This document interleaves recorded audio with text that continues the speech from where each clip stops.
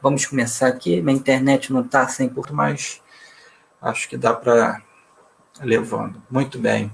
Deixa eu carregar aqui o nosso slide. Qualquer coisa vocês sinalizam, porque para mim aqui está tudo ok. Vamos lá. Compartilhar.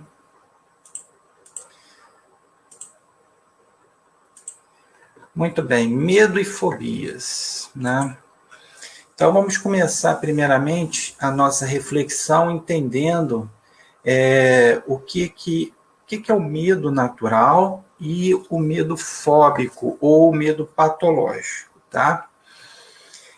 Então, para falar sobre o medo natural, antes da gente conversar sobre, vamos ler essa questão 703 do Livro dos Espíritos, que está lá no capítulo de Lei de Conservação, uma das leis morais. Com que fim Deus concedeu a todos os seres vivos o instinto de conservação? Então, Deus nos concedeu o instinto de conservação, ou seja, a gente procurar sempre manter a vida. Então, vamos ver o que os espíritos responderam a Kardec. Porque todos devem colaborar nos desígnios da providência. Foi por isso que Deus lhes deu a necessidade de viver. Depois, a vida é necessária ao aperfeiçoamento dos seres. Eles o sentem instintivamente, sem disso se aperceberem.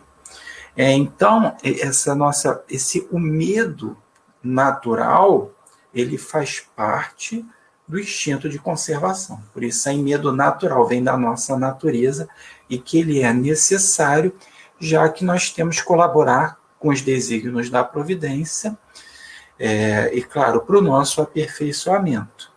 E aí a gente aprende isso, como é um instinto, lá na passagem. Eu não vou dizer nossa, para a gente não interpretar errado essa questão de reino animal e reino hominal. Na passagem que o princípio inteligente, que depois se tornou espírito, com E maiúsculo, aprendeu. É um dos aprendizados lá no reino animal, que é um instinto de conservação que os animais têm e que nós trazemos conosco no reino hominal. Então, é esse medo que não me faz me jogar da janela do terceiro andar de um prédio. É aquele medo que me faz ver um assalto distante, eu já me procurar ir para outro lugar, eu me abaixar quando ouço um tiro. Então, é tudo a questão de instinto, né? Não tocar, colocar o dedo numa tomada.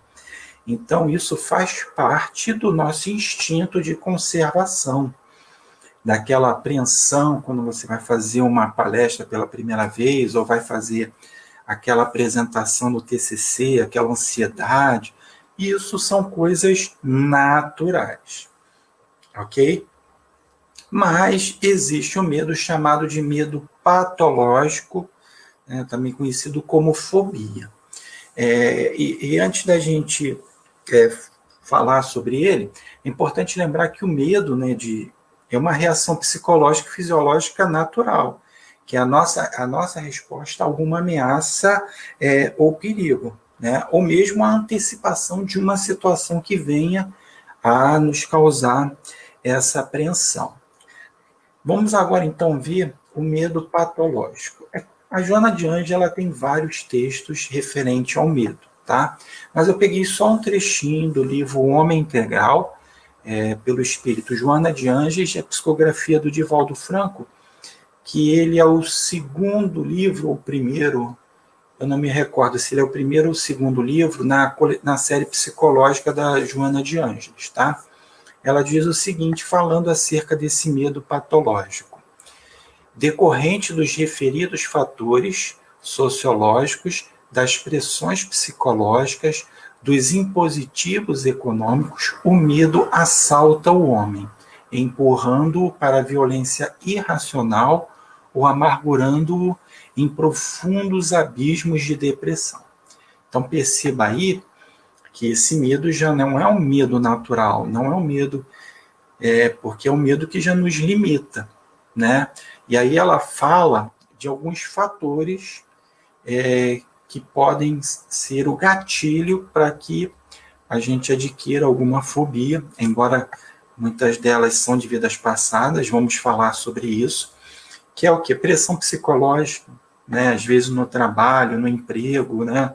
Você tem a pressão de cumprir metas, ameaça de desemprego, de demissão, fatores sociológicos, né? Às vezes no seu ambiente social, você tem alguma dificuldade, condição social, a pobreza, questão econômica, enfim.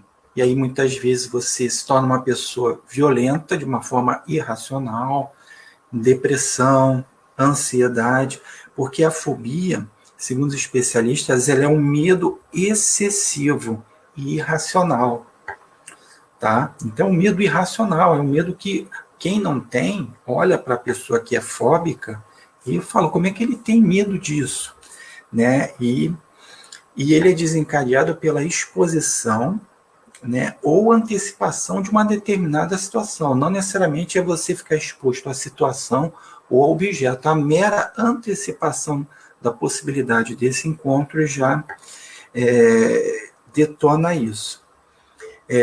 E o detalhe é que as pessoas, né, elas percebem que o seu medo é desproporcional à ameaça. As pessoas percebem isso.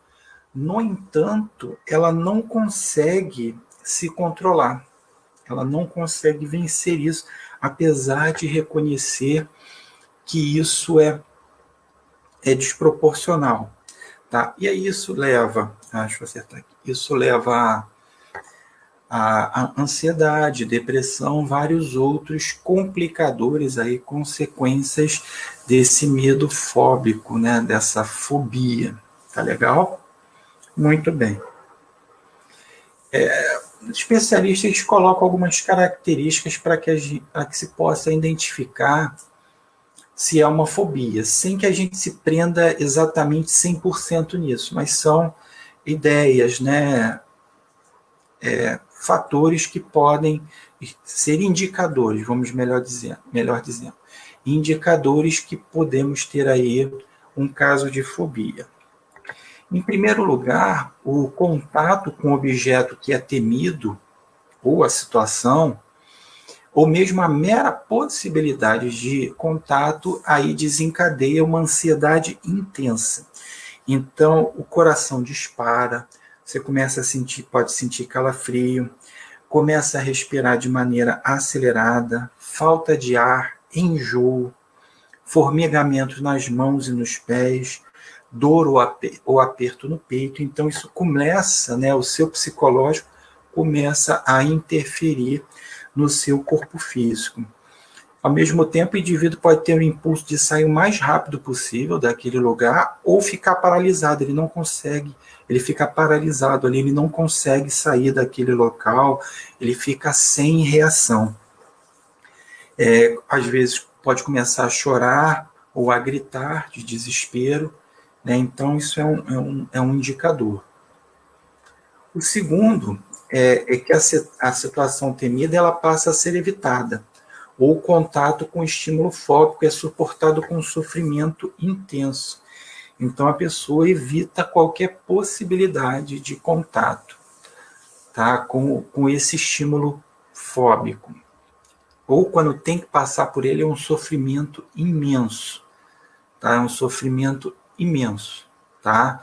E a gente percebe, né, que a fobia ela é algo limitante, né? É o que vai nos limitando a nossa possibilidade, né, de ter uma vida condizente, com liberdade e tal.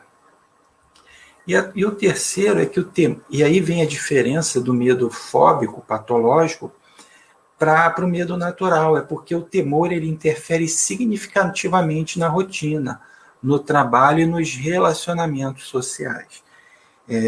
Então, o prejuízo é imenso, você não consegue se adaptar à situação, porque uma coisa é você ter um medo algo natural, né? Uma coisa que não interfere na sua rotina. Tá? Por exemplo, o medo de barata. É uma coisa que não interfere na sua rotina, mas que você pode ter medo.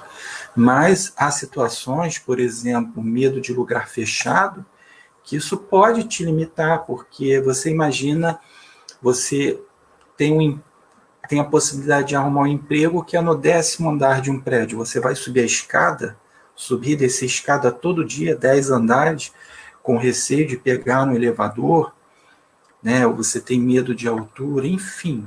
São coisas que vão sendo seus limitadores, vão restringindo a sua liberdade.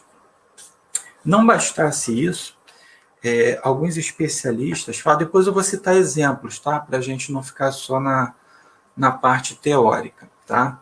Mas também existe ramificações da fobia. Como assim? A fobia, né, o estímulo fóbico, ele pode ir se ampliando. Então, um exemplo é o caso da fobia do pequeno Hans, que foi estudado por Freud. O que acontece? O Hans, ele tinha fobia de cavalo. Então, ele não podia estar perto de um cavalo, que isso detonava aí toda a sensação ruim, né, que o estímulo fóbico pode causar. Só que depois de um tempo, Freud percebeu que ele tinha fobia do lugar onde ficavam os cavalos. Então, ali na cocheira ou nos outros lugares que agora me fugiu da memória, onde é que fica o estábulo, né? Enfim. Então, o medo, repara que o medo começou somente dos cavalos. Depois passou a ser do lugar onde fica os cavalos. Depois se estendeu para a rua onde pudesse ter cavalos. E depois a fobia se estende às carroças que são carregadas por cavalos. E aí a fobia vai se ampliando e ao mesmo tempo que a fobia se amplia, ela vai limitando a pessoa. E pode chegar a um ponto que a pessoa não consegue mais sair de casa. Né? Tamanha a fobia, a pessoa não consegue mais sair de casa, não consegue mais fazer nada. Muito bem. Uma coisa que surge na nossa mente, né, quando fala do assunto, era uma dúvida minha, e que é a diferença entre fobia e síndrome do pânico. Ou melhor, primeiro, existe diferença? Sim, existe diferença entre fobia e síndrome do pânico. A título de forma mais simples possível, a fobia ela é uma situação mais específica. Ela é algo que é externo, né? É um medo exagerado e desproporcional a um estímulo, algo que vem de fora e é uma coisa específica. Eu tenho medo de barata, eu tenho medo de lugar fechado, eu tenho medo, sei lá, de cobra, eu tenho medo de dirigir. São coisas específicas, né? Agora, a síndrome do pânico ela é algo mais geral e ela não é detonada por um estímulo externo. Ela pode acontecer em qualquer lugar e a qualquer hora, os ataques de pânico. Então, é algo ainda mais preocupante, né, porque é algo mais geral e também, assim como a fobia, é algo irracional. Né? Então, você tem que dar aula naquele dia e você não consegue entrar na sala, você tem medo de dar aula. Né? Você que sempre deu aula e tal, e aí de repente chega num determinado dia, você... É claro que isso não foi de uma hora para outra, né? Mas foi se agravando e chega um dia que você não consegue entrar na sala para dar aula. Síndrome do pânico, né? Você não sabe o que é, mas você não quer ali entrar naquele ambiente da sala de aula por medo. Tá legal? Já a fobia, então, é algo mais específico, mais pontual. Então, fobia de água, fobia de algumas situações em particular. Ok? Muito bem.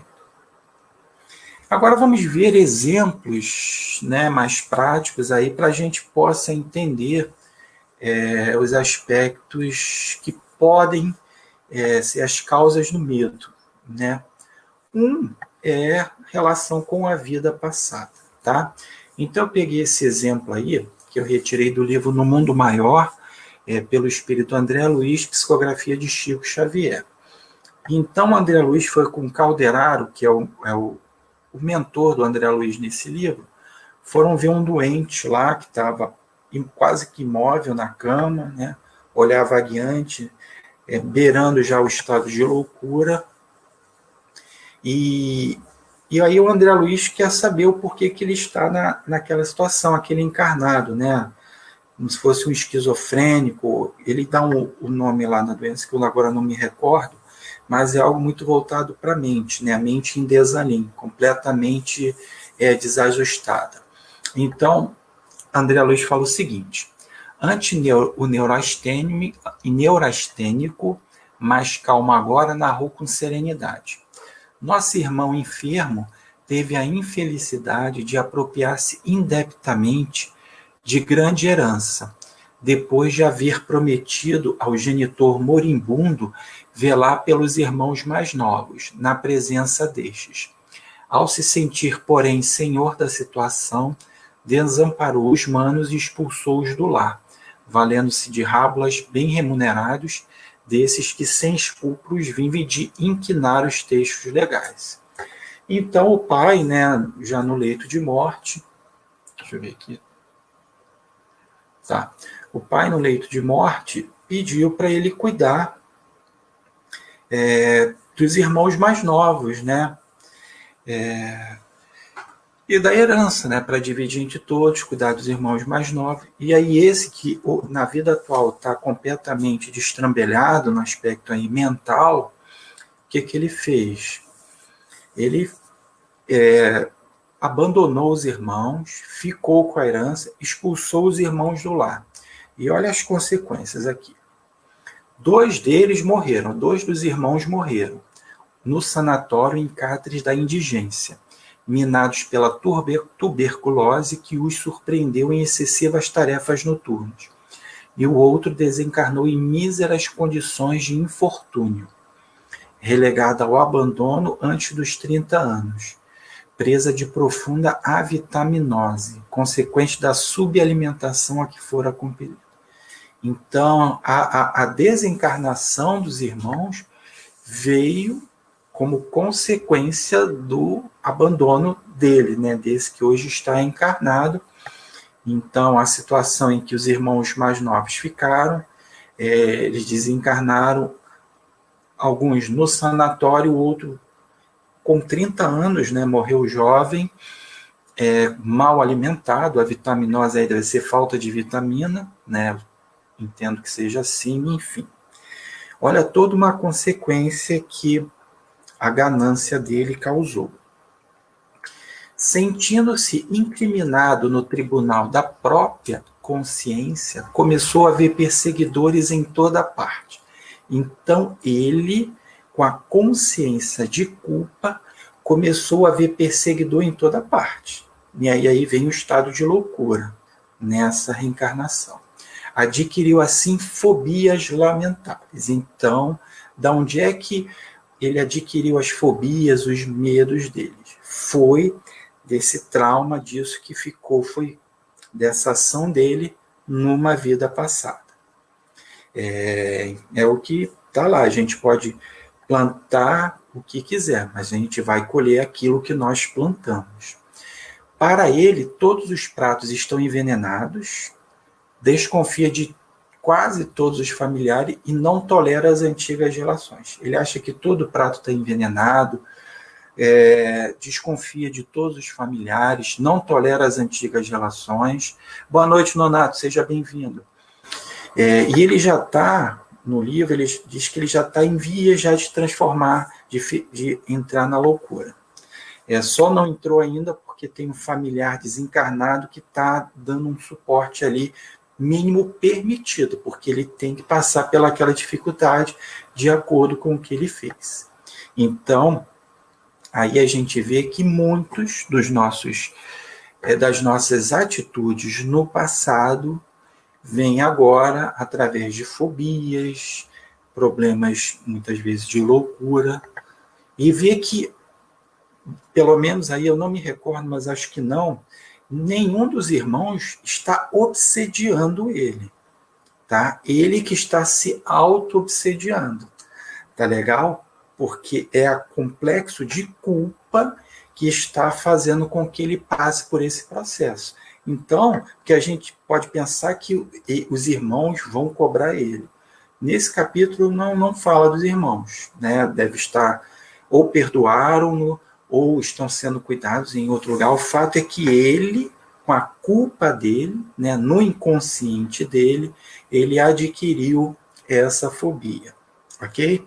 Então, é um exemplo aí que eu quis trazer para vocês para ilustrar essa questão do medo, da fobia, tendo relação com a vida passada. Não quer dizer que todos os casos são relacionados com o passado, tá? É que os espíritos, é o que Kardec fala lá no Evangelho. Se a gente não encontra explicação nessa vida, na vida atual, é porque é alguma coisa da vida passada, seja coisa boa ou algum débito nosso. Agora, fobia e regressão de memória, né? Depois eu vou falar um pouco mais sobre as terapêuticas, né, para a gente cuidar, né, da fobia. Então, é um caso em que a mulher tinha um medo exagerado de lagartixa. Para vocês terem ideia, a sua aversão a esse animal ela a ponto dela não entrar em nenhum cômodo da sua casa ou de uma casa estranha sem antes percorrer com os olhos todo o local do cômodo para ver se não tinha uma lagartixa. Ela dizia que era para evitar a possibilidade de vários daqueles animais caírem sobre mim. Isso entre aspas, tá? Fala dela. E aí o terapeuta diz que ela admitia que esse comportamento era exagerado. Ela sabia que isso era um comportamento exagerado, mas aí é que está a fobia. Que ela não a fobia você não consegue, apesar de saber que é algo exagerado, irracional, você não consegue, muitas vezes por si próprio, superar aquilo, tá? E ela não conseguia, né? Só o fato dela pensar na mera possibilidade de ter contato com o animal já mexia no emocional dela. E o comportamento dela foi se agravando, que é aquilo que nós vimos, a ramificação da fobia. Por quê? Porque ela adquiriu o TOC, né, que os especialistas chamam que é o transtorno obsessivo compulsivo. Né? Por quê? Ela passava a verificar no box, antes de tomar banho, né, vendo se não tinha lagartixa, ela chegava a tomar banho de óculos para poder enxergar melhor, para ver se tinha lagartixa. Era um comportamento inadequado, mas irresistivelmente repetido por ela, que foi se agravando ao longo do tempo. E olha que a lagartixa tem até o benefício de se alimentar do mosquito da dengue, se não me engano. Eu sei que ela tem a sua função. E aí o terapeuta pediu para ela descrever esse animal. Então ela falou que esse animal para ela era nojento, pegajoso, frio, rastejante, mole, mas flexível, ágil e peçonhento. Então a gente vê que ela deturpa também a imagem da lagartixa, que ela não é peçonhenta, né? Ela não é peçonhenta, né? Não tem veneno, nada, mas ela deturpa, né? Na fobia dela, ela deturpa e cria essa imagem a respeito da lagartixa. E o detalhe que o terapeuta fala, que quando ela vai descrevendo isso para ele, ela sente náuseas, arrepios pelo corpo e falta de ar. Então ela fala isso tudo com muita dificuldade.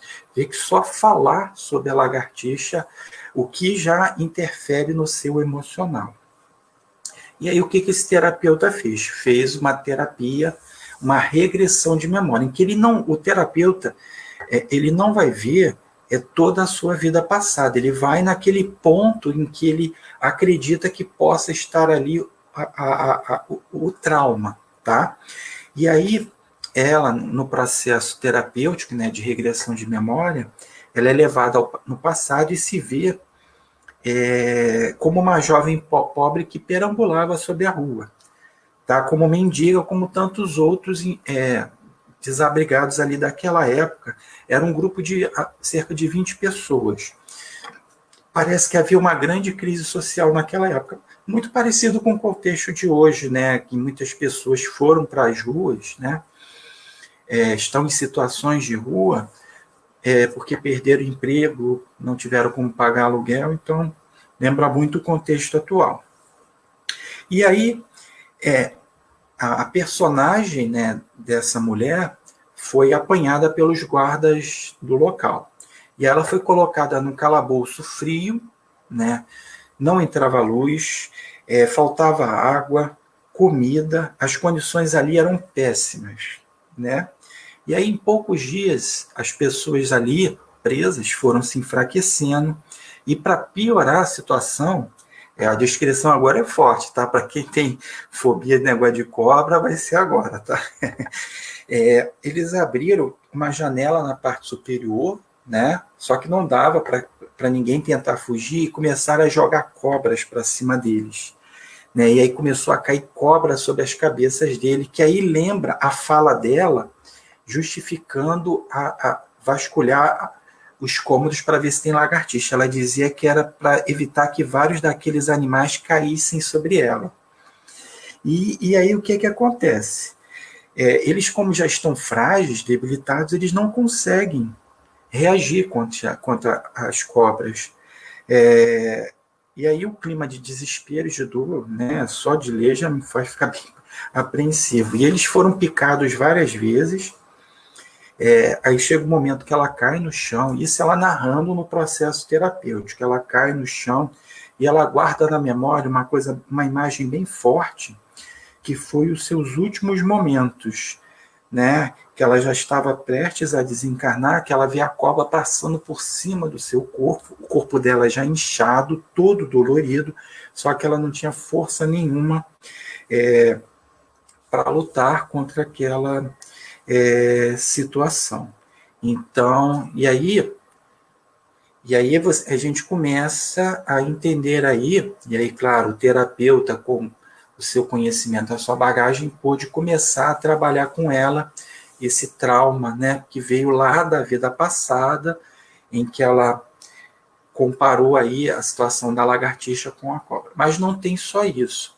Talvez, tá, isso aqui é uma hipótese na história que não fala, mas talvez isso pudesse ter ficado no inconsciente.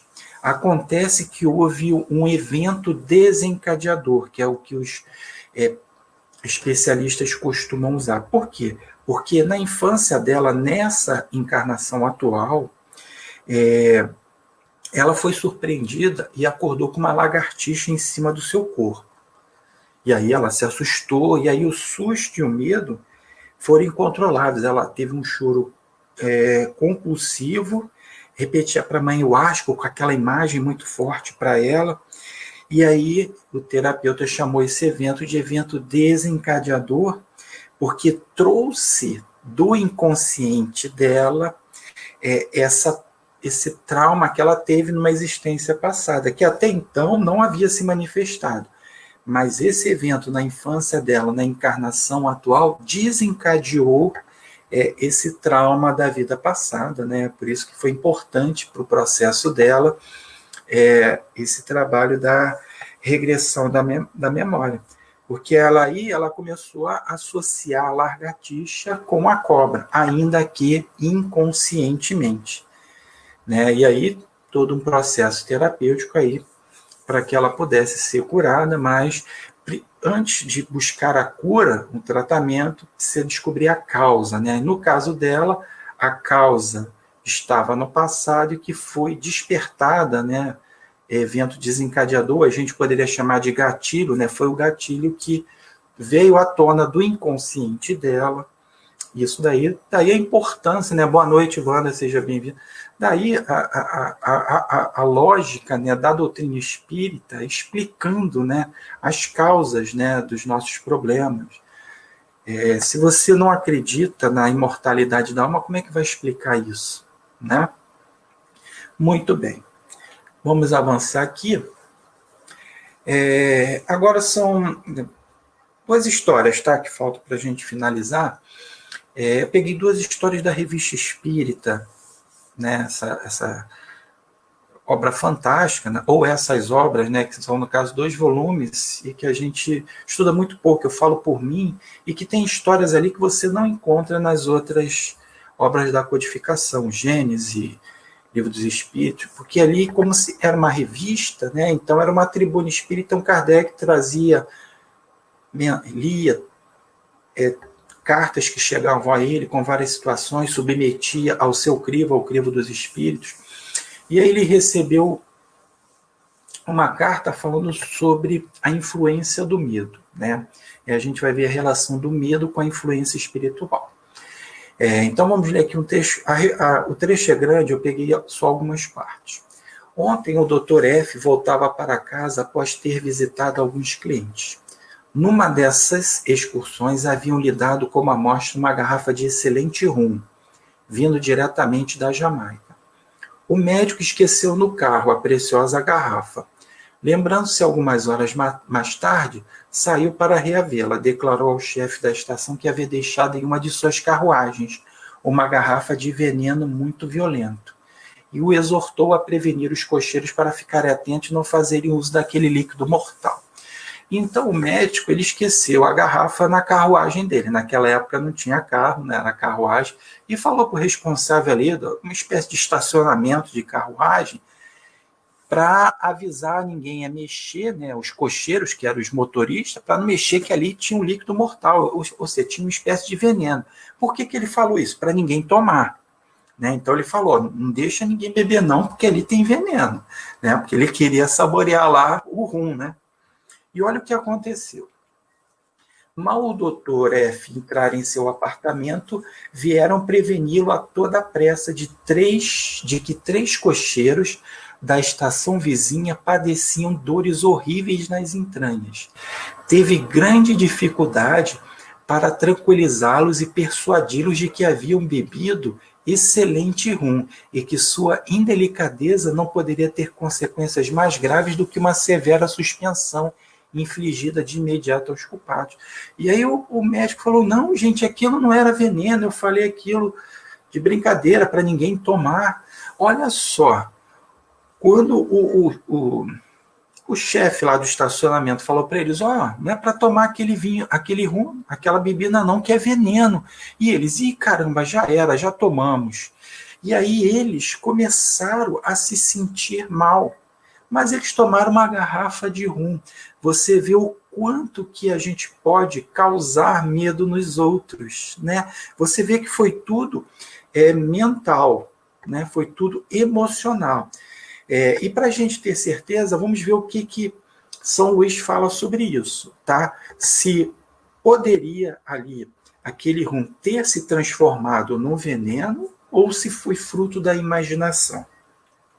Porque aí Kardec levou essa questão para São Luís, né? O espírito São Luís era o mentor, digamos assim, do centro do Allan Kardec, que era a Sociedade de Estudos Espíritas de Paris. E aí o Kardec pediu para ele dar a explicação fisiológica dessa transformação das propriedades de uma substância inofensiva, né?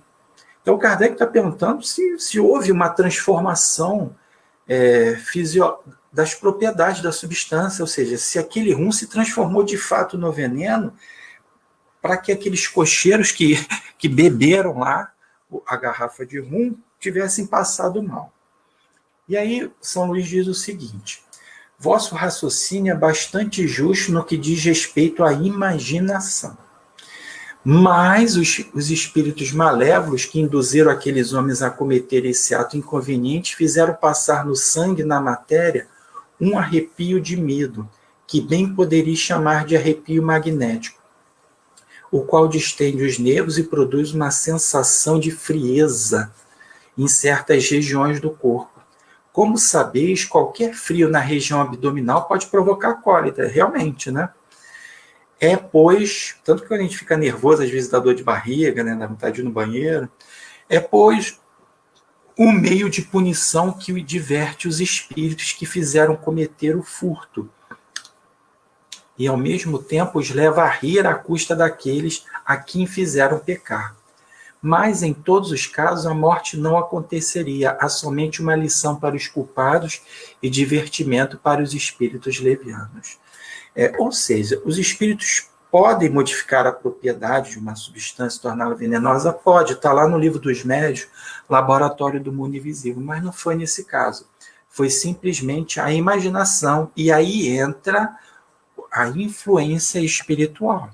Esses espíritos induziram eles a tomar aquela bebida e incitaram eles a sentir medo, né, sentir cólica, né, ao saber que tinham sido descobertos. Então, os espíritos se aproveitaram dos medos que eles já tinham, né, para causar essa sensação neles. Então, olha o que a gente pode fazer quanto ao medo, né, para outra pessoa, e que os espíritos, eles não criam medo em nós, eles se aproveitam do medo que nós temos.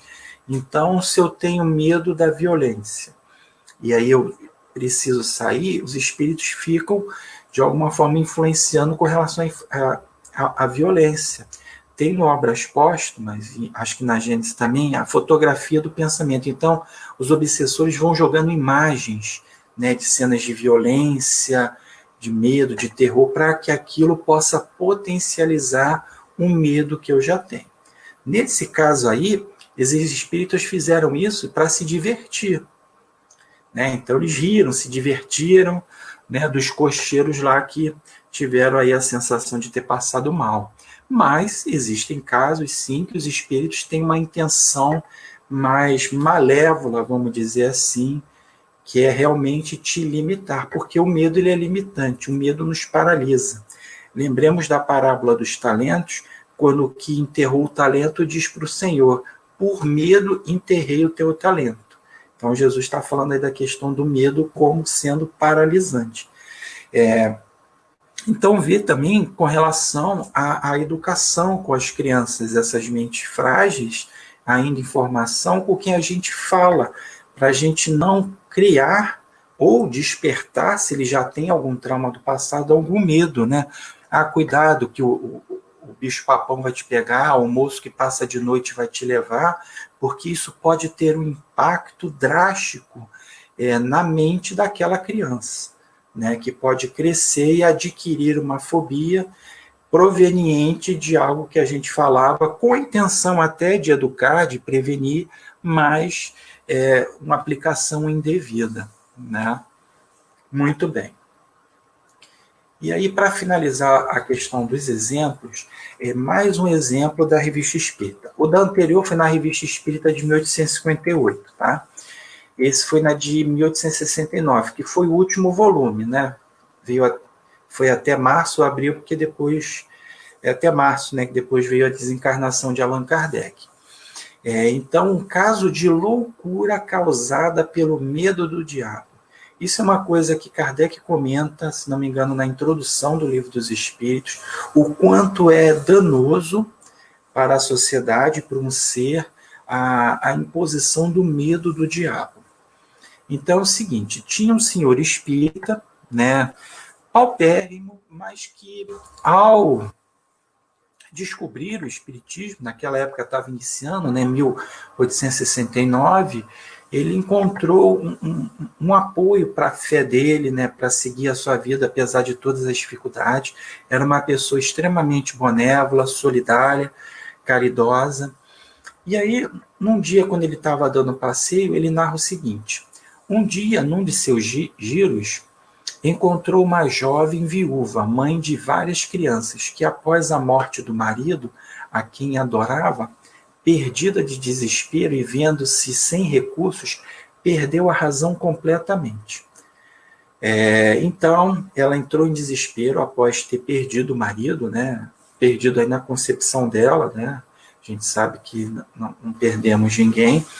E aí ela perdeu a razão completamente, até atingir aí o estágio da loucura.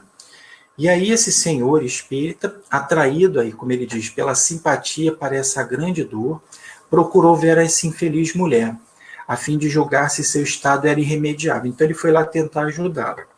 A miséria em que a encontrou redobrou sua compaixão. Mas como também fosse pobre, só podia lhe dar consolo. Ele também era pobre, a mulher também era pobre, então financeiramente ele não podia ajudar. Mas ele podia dar algo muito mais importante naquele momento, que era consolo, que é aquela caridade que a irmã Rosália fala no Evangelho, que é a caridade moral, que você dá do que você é, né? Que a gente só pensa na caridade material, que tem a sua importância e tal, mas, acima de tudo, a caridade moral. E isso ele podia dar, estava ao seu acesso ali. E aí, ele primeiramente falou para ela que o marido dela não havia morrido, falou sobre a imortalidade da alma, falou que ele só estava invisível, e ela começou a criar esperanças, né? Tanto que ela falou para ele, você não está me enganando não, né? Ele falou, não, e eu vou procurar lhe mostrar isso. E aí ele era médium escrevente. E o que ele conseguiu? Ele obteve na sessão uma curta comunicação de seu marido, que lhe causou doce satisfação. E aí, nessa reunião mediúnica, ela fez várias perguntas para o marido, ele respondeu, e ela pôde realmente confirmar de que era ele. Vim vê-la várias vezes, e cada vez que seu marido conversava com ela por seu intermédio, e aí o que ele percebeu? Que pouco a pouco, sob o império dessa doce emoção e desses pensamentos consoladores, a calma voltou à sua alma.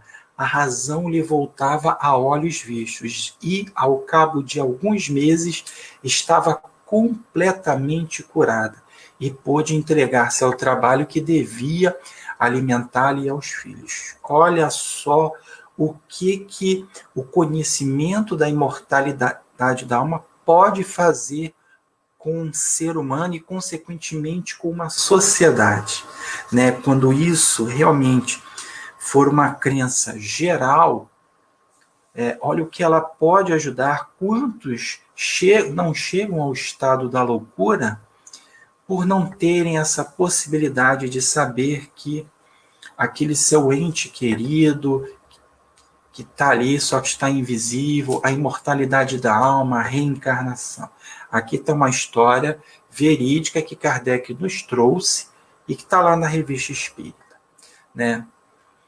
E vê que há algum tempo ela já pôde trabalhar e aí, consequentemente, se alimentar e alimentar a seus filhos. No entanto, isso não agradou ao padre lá da comunidade, lá da região. Esta cura inesperada inquietou vivamente o padre do lugar. Ele visitou a viúva que tinha abandonado completamente desde a sua moléstia. Quando ela ficou doente, o padre abandonou, não quis mais saber dela, né? Não tinha mais jeito. Só que como ele viu que ela foi curada pelo espiritismo, né? Pela aquela pessoa espírita, o padre ficou incomodado. E olha só o que aconteceu.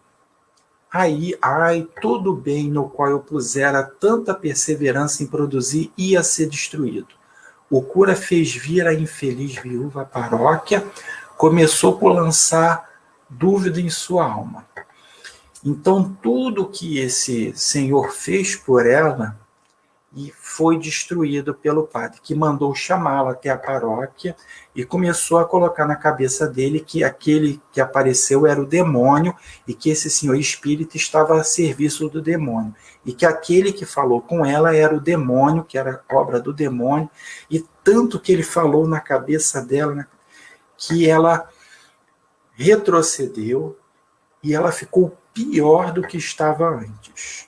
Tanto é que, olha só o que aconteceu. Hoje, por toda parte, só vê diabos, demônios e o inferno. Sua loucura é completa e devem conduzi-la a um hospício de alienados.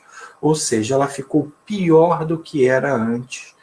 Tudo devido ao medo do diabo, né? Ela estava num processo de recuperação intenso, mas aí esse padre, né, com desconforto por todo mundo estar comentando que ela tinha sido curada pelo espiritismo e tal. Olha o que a gente fala para uma pessoa, o que pode impactar na mente de uma pessoa, claro, uma mente frágil, né? A mente dela, ela estava fragilizada, apesar de estar se recuperando, ainda havia uma fragilidade, e tudo que esse senhor fez por ela foi tudo por água abaixo, através desse padre que fez ver que era coisa do demônio e tal, e aí, tanto que ela ia ser internada no hospício, né? Como muitos que estão lá são médios, são outros que têm medo de diabo, sim. Muitos ali, é claro que existe aquela loucura patológica realmente, né? Eu tive um tio que tinha esquizofrenia, algo patológico, é claro que tem um motivo para ele ter vindo daquela forma, mas muitos que estão nos hospícios, né? Médios, pessoas que têm a mediunidade. Tem um livro do Dr. Bezerra muito interessante, A Loucura sob o Novo Prisma. Se quiserem estudar um pouco mais sobre loucura, eu recomendo esse livro, tá? E para a gente finalizar, quais seriam aí os tratamentos, né? Porque, claro, a gente levanta os problemas, mas aí os tratamentos. Bem, existe muitas vezes necessidade do tratamento psiquiátrico, ou seja, por meio de medicação, tá? E só o psiquiatra pode passar medicação, porque há um desequilíbrio nos neurotransmissores, tá? Nosso cérebro. E aí precisa realmente de um tratamento químico, se possível, de forma temporária, mas em alguns casos se faz necessário os chamados remédios tarja preta, né? Que aí só pode ser comprado com uma receita própria, receita azul, enfim. Em alguns casos, sim, o tratamento psiquiátrico é necessário. Tá legal? E é importante que seja desmistificado o fato de você ir a um psiquiatra e se achar maluco.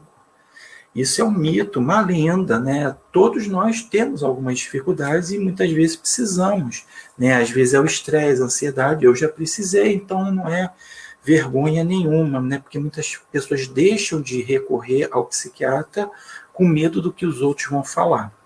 É claro que também tem um aspecto financeiro que conta, não é tão fácil encontrar um psiquiatra, né, a um preço acessível, mas em alguns lugares até tem, principalmente em faculdade, né, que aqueles estagiários, né, como parte do estágio deles, com orientação dos psiquiatras, eles fazem esses atendimentos. O psicoterápico, né, que aí não é um tratamento medicamentoso, mas é a terapia, né, normalmente a área aqui da psicologia que trabalha com isso é a terapia cognitiva comportamental, né, para ajudar você a enfrentar essas fobias, né, que limitam muito a pessoa, e aí tem toda uma técnica, um bate-papo, né, independente da linha psicológica. É claro que o ideal é que você vá no psicólogo que seja espiritualista, se for espírita, melhor ainda, porque ele aí tem uma visão mais ampla, né, de como saber lidar com aqueles que lhe buscando, precisando de ajuda. Então, também é importante, né, muitas vezes, só o psicoterápico já resolve. É claro que não é um processo que se resolve de um dia para o outro, né? Então, buscar psicólogos que possam me atender, ver o preço, enfim. O Valdemir, por exemplo, na Rádio de Janeiro, tem um programa sexta-feira que é Ouvindo Você, que tem essa temática, e quem manda e-mail para a rádio ou para ele, né, eu não me recordo, ele dá indicações de psicólogos espíritas do conhecimento dele. Enfim, regressão de memória também, como a gente viu lá no caso das lagartixas, né, da mulher que tinha medo de lagartixa, pode ser uma alternativa, mas aí só o terapeuta vai poder saber. É claro que é importante saber com quem você vai fazer isso, se é necessário, preferencialmente se ele for espírita, né? Mas se não for, tudo bem, mas desde que, para que você faça a regressão de memória se for realmente necessário. Até porque ele não vai rever a sua vida passada toda, ele vai procurar te direcionar para você ir naquele momento, naquela época da sua vida passada que tenha gerado aquele possível trauma, como foi no caso da mulher. Vê que a mulher só lembrou daquela situação, ela não sabe em que época ela viveu, como que ela nasceu, mas aquela situação traumática. Por quê? Porque se você mexer com o seu passado sem ter um fim útil ali, necessário, você vai trazer à tona as coisas que eram para ficar no seu inconsciente. E isso pode causar graves comprometimentos à sua vida atual, até chegar a problemas de loucura, tá legal? Então, eu não sou aqui nenhum especialista, então estou dando as possibilidades de tratamento, e aí o especialista é que vai indicar.